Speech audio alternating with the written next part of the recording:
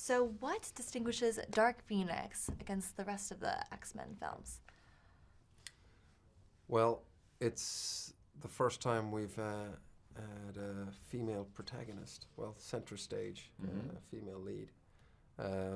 It's, I think, as you said earlier, it's everything that Simon really sort of loves about the X-Men universe in terms of the relationships and the characters, how they relate to one another. So it's a very character-driven piece. And then, of course, there is moments of great spectacle, like the opening of the film, and for sure the last act is pretty intense.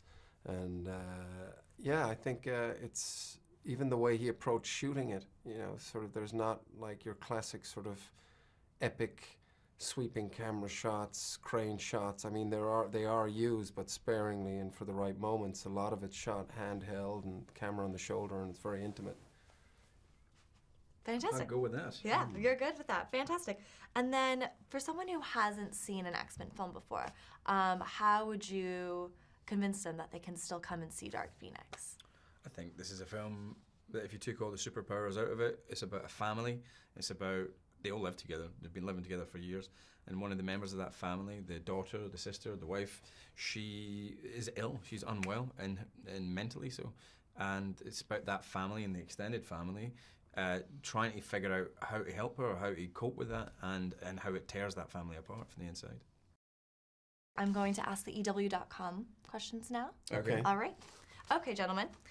Did you two immediately have chemistry when you first met each other on First Class? We actually met each other almost 20 years ago on Band of Brothers. And I would say there was immediate chemistry. There was respect. And then we met on the road on a couple of scooters. Yeah, you terrified me. Yeah, I thought I was yeah, being like, chased by a drug dealer. For ages. I was like, hey, you know me? No, really. I couldn't see under the helmet, so I just said, no, no, no, no, no, no, no, no, no, no, no. And I you was like, speed what? off at the lights again. It's me, it's Fassbender. I was like, oh, dude. There was an immediate chemistry, I think, and that's why we ended up doing this together, I think, because it was... Well, James was at my audition as well. I auditioned for Eric, and James was kind enough to be there for that, so that was... it felt very natural. There was scenes in the when we were filming that were kind of like two guys shooting the shit about who they love and the people they're in love with, and it did feel very comfortable and very just like a couple of guys, which I think ended up working. That's amazing, and that brings me to my next question. Where are Eric and Charles in terms of their relationship in this film? I think it's on ice a little bit. They've kind of decided to sort of just go, you do your thing and I'll do my thing. Yeah. Kind of sort of annoyed each other. They've annoyed each other into, let's not talk for a little while. Yeah. I still love you, but let's just not see each other for a little while, okay? Yeah. Don't call me some until it's space. absolutely necessary. I'll be there. Yeah. But just don't call me over for something. Make sure it's important. Yeah. I mean, both of your characters are very lovable, but if you had to pick another X-Men character to play, what would it be? Mystique. Emma Frost. Got it. Amazing. And how was Simon Kinberg as a director? This was his directorial debut. It was great. I mean, he kind of picked up from what he was like as a writer and producer, which was very chilled, very informed about what he's doing, and also very collaborative. So I was a little nervous for him, I got to say.